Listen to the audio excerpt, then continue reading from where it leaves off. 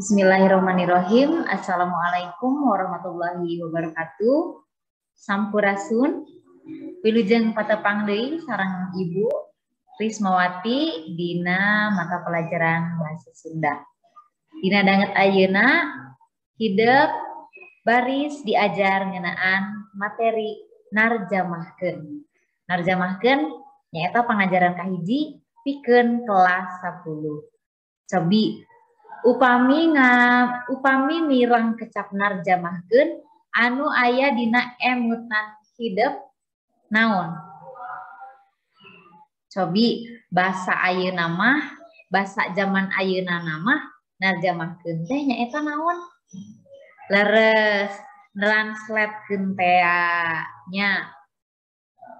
Pami kitu pernah henteu hideuk resep kana hiji lagu tapi laguna teh ngangge bahasa deungeun, bahasa Inggris, bahasa Korea. Cobi pernahnya pami pernah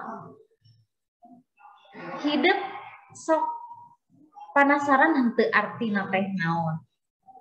Penasaran kan ieu teh lagu teh resep tapi artina teu terang. Pami kitu kumaha nu hidup dilakukeun? Translate kan. Nah, eta teh ya kagiatan narjamahkeun nya eta kagiatan translate cek bahasa urang nama. Urang lajeng kana materi wangunan, tapi satu acana di dieu Ibu baris ngadugikeun ngeunaan tujuan pangajaran.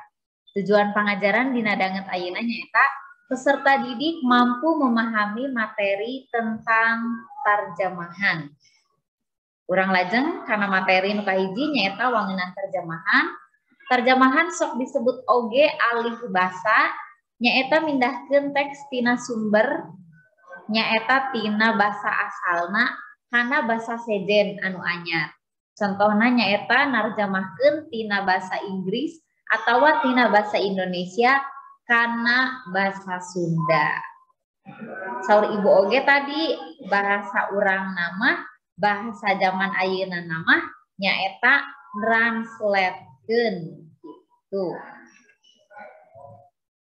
Nah, ieu beuk naros. Kabeh kecap dina teks asli bisa diterjemahkeun kana basa Sunda atau napi henteu. Contoh, hideuk nerjemahkeun tina basa Indonesia kana basa Sunda. Bisa sadaya kecap diterjemahkeun kana basa Sunda atau napi henteu? Cobi diemutan heula bisa atau napi henteu nya. Nah, jawabannya nyatana henteu. Ya, janten henteu sadaya kecap tiasa diterjemahkeun kana basa Sunda. Lantaran aya teh kecap-kecap anu kaasup kana kecap-kecap istilah. Nya sapertos istilah persatuan.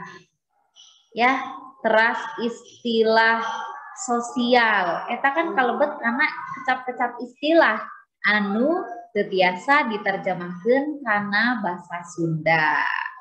Upami kitu kumaha berarti Bu nerjemahkeunna? Entos we ngangge basa aslina teu kedah pusing. Ieu teh terjemahanna naon nya? Basa Sundana naon nya? Teu kedah pusing kitu. Wios we ngangge basa aslina. Ngangge kecap aslina. Lajeng aya terjemahan sareng saduran. Sapaliwat mah terjemahan sareng saduran teh sami. Translatekeun keneh, nanging aya bentena. Pami terjemahan nyaeta nerjemahkeun karya sastra tina basa asing sagemblengna. Sadayana diterjemahkeun. Ya, maksud sadayana teh sanes sadaya kecapna ya. Mari tadi kan tos dibahas. Henteu sadaya kecap bisa diterjemahkeun kana basa Sunda. Maksud sagemblengna di dieu nyaeta sadayana jalan caritana, latarna, nami tokohna, sadaya nu aya dina karya sastra eta diterjemahkeun kana basa urang, kana basa Sunda. Sedengkeun saduran nyaeta narjamahkeun karya sastra tina basa asing ku cara nulan atawa meneladani jalan caritana wungkul. Pami saduran mah mung nyonto atawa meneladani jalan caritana wungkul.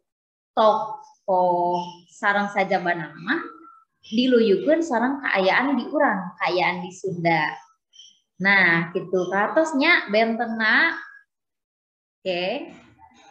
Jadi, lamun orang nyeun novel atau jalan carita, hapunten, lamun orang nyeun novel anu jalan caritana mirip jeung novel luar negeri, tapi ngaran tokoh jeung latar caritana diluyukeun jeung kaayaan di urang, disebutna novel tarjamahan atau novel saduran. Cobi, kita naonnya jawabannya mangga diemutan heula tidak. Atau skenging jawabanana. Nah, jawaban anu leres nyaeta novel saduran ya. Lantaran tadi teh numutkeun pengertianana novel saduran nyaeta mung meneladani atawa nyonto atawa nula jalan caritana wungkul. Latar tempat sareng tokoh diluyukeun jeung kaayaan di urang. Contoh urang teh nyadur novel anu aya di Amerika, nu diciptakeun di Amerika. Dina eta novel aya latar tempat di New York misalnya. Nah, dina novel saduran mah disadur dina basa Sunda. Henteu aya moal aya latar New York ya, tapi misalnya digentos ku Bandung atawa Cianjur, Tasikmalaya, tapi Kuningan gitu. Lajeng karena tujuan narjamahkeun. Tujuan narjamahkeun nyaeta sangkan sakabeh jalma bisa nerima informasi nu aya dina teks lantaran hapunten. Sangkan sakabeh jalma bisa nerima informasi nu aya dina teks lantaran sakabeh jalma ngarti atawa paham kana unggal basa nu dipake atawa digunakeun ku jalma sejenna. Intina nama sangkan urang teh bisa nangkep informasi nu aya dina teks anu teu dipikaharti ku urang. Teu ngartos urang teh eusina naon. Ku kituna ku urang translatekeun heula, tarjamahkeun heula ya kana basa nu dipikaharti ku basa nu dipake di urang. Gitu. Lajeng aya padika atawa aturan dina narjamahkeun. Nu kahiji kudu boga kamampu dina basa nu rek ditarjamahkeun. Contona urang rek narjamahkeun puisi atawa sajak tina basa Inggris kana basa Sunda. Nya urang teh kedah boga kamampu dina basa Inggris sareng dina basa Sunda. Nah, gitu. Nu kadua, aturan atau padikan nu kadua nyaeta unggal kecap aya anu ditarjamahkeun ka layang gebleng aya oge anu henteu. Janten aya kecap anu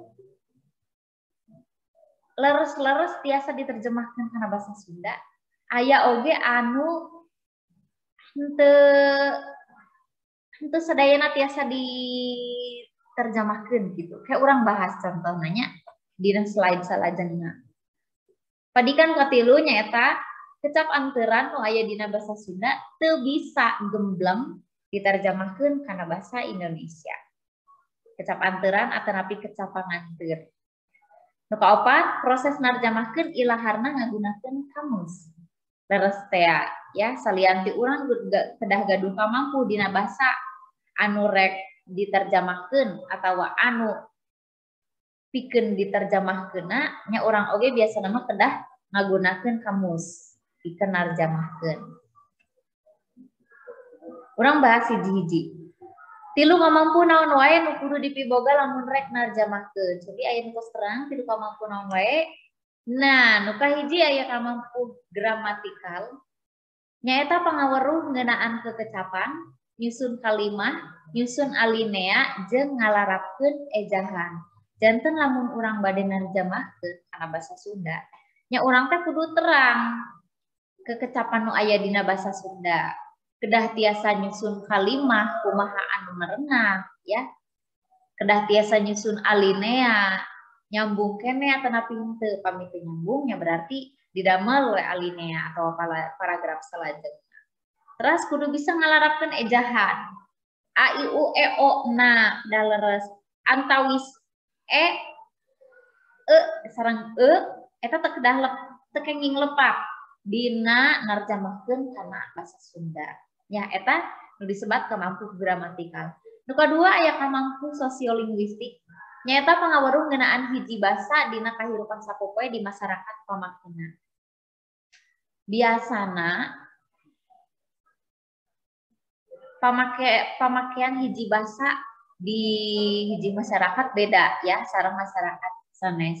Contoh di Amerika mah it anu hartos ngamakan itu dipake ku sadayana bade presiden, bade budak oroknya, bade punten ucing gitunya meong itu sami ngagunakeun it. Tapi nalika diterjemahkeun kana basa Sunda, aya nu disebut undak usuk atanapi tata krama basa. Nyaeta sopan santun pikeun ngagunakeun basa.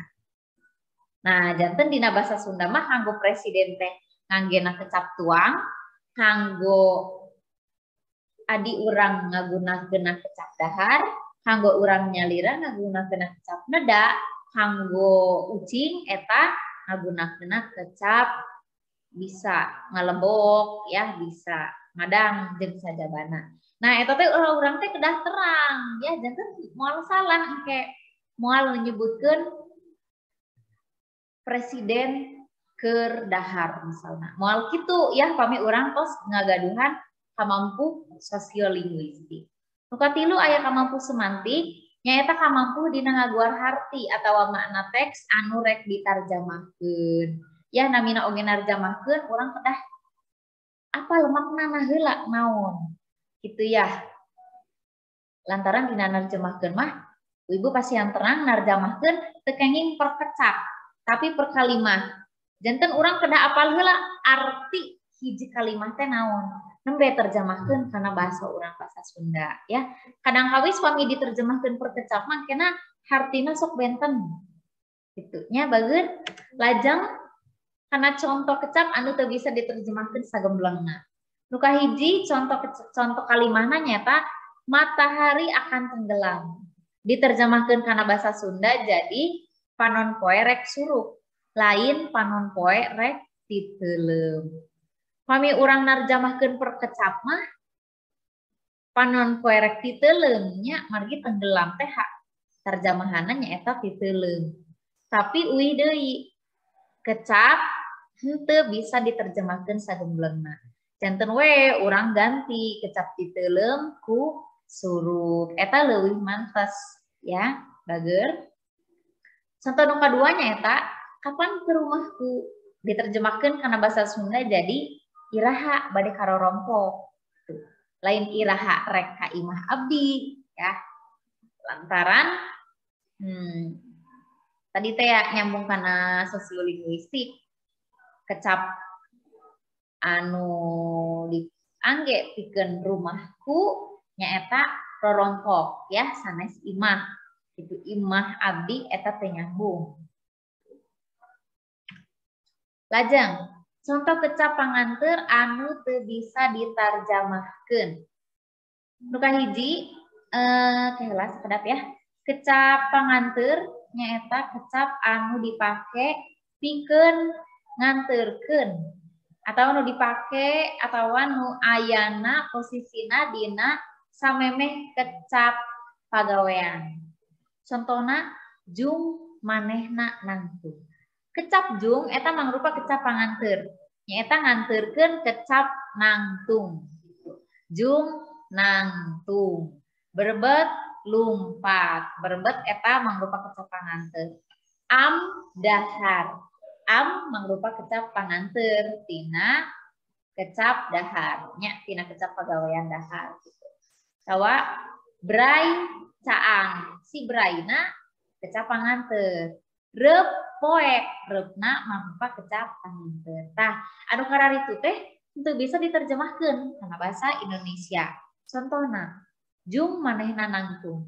Kecap jung mangrupa kecap anteuran. Kukituna diterjemahkeun kana bahasa Indonesiana jadi berdirilah dia. Ya, eta pentingna narjamahkeun per kalimat.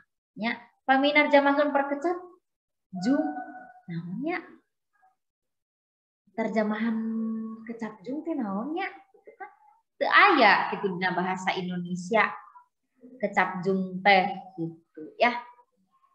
Mematak tadi paminarjamahkeun kedah per kalima ya. Terus contoh muka 2, contoh kecap panganten muka 2 nyaeta budak teh berbet we lumpat. Kecap berbet mangrupa kecap anteran. Kukituna diterjemahkan karena bahasa Indonesia jadi berdirilah anak itu dengan cepat. Ya, berbet lumpat berarti berdirilah. Punten sanes berdirilah tapi berlarilah. Ya. Lajeng tadi disebutkan ya narjamahkeun ilaharna nggunakeun kamus ya kanggo mantosan urang milarian hartina. Nah, dina kamus aya sababaraha hiji, aya papasinganna atau aya jenis-jenisna. Nu kahiji aya kamus umum, nyaeta kamus nu tujuanana pikeun keperluan umum. Lain ngeunaan salah sahiji istilah, kituna eusina teh sok lengkep. Ya. Jadi eusina teh sadayana, sadaya hal ngeunaan anu aya dina hiji basa eta dipilarian artina. Misalnya meja. Aya kamus umum bahasa Sunda. Eusina teh meja. Meja sama dengan barang anu dijieun ilaharna dijieun tina kayu anu sok dipake pikeun teteundeuna, pikeun nulis jeung sajabana sapertos kitu. Eta kamus umum dina bahasa Sunda. Pamika aya oge kamus umum dina bahasa Indonesia nyata biasana eusina harti-harti kecap dina bahasa Indonesia. Nu kadua aya kamus dua basa. Kamus nu nyebutan sasarua anak kecap dina dua basa nu beda. Contohna aya kamus Inggris Indonesia, kamus Sunda Indonesia, kamus Indonesia Sunda. Nyebutkeun sasarua anana dina bahasa Indonesia naon, dina bahasa Sundana naon. Ya misalnya dina bahasa Indonesia na cai sama dengan dina bahasa Sundana nya. Hapunten, dina bahasa Indonesia na air sama dengan dina bahasa Sundana cai. Ya. Nah, kamus dua bahasa ieu anu sok diangge pikeun narjamahkeun teh ya. Terus nu katilu aya kamus istilah. Nyaeta kamus nu eusina ngamuat istilah-istilah khusus dina widang peilmuan. Pami kamus umum mah sadayana lengkap, pami kamus istilah mah khusus pikeun istilah-istilah anu dijieun. Ya contohnya aya kamus istilah sastra. Berarti dilebetna nya ngeunaan sastra wungkul. Ya pengertian-pengertian ngeunaan sastra. Misalnya aya sastra anak. Pengertianna nyaeta sastra anu dijieun pikeun bacaan barudak misalnya. Ya, eta anu disebat kamus istilah teh. Danten aya 3 papasingan kamus teh. Aya kamus umum, kamus dua basa, jeung kamus istilah. Ya, hatur nuhun bager sakitu anu tiasa kapiatur ti ibu. Hatur nuhun tina perhatosanana mugi tiasa mangpaat kanggo sadayana. Hapunten bilih aya kalepatan. Wilujeng tepang deui dina video pembelajaran salajengna. Akhirul kalam billahi taufik wal hidayah. Wassalamualaikum warahmatullahi wabarakatuh.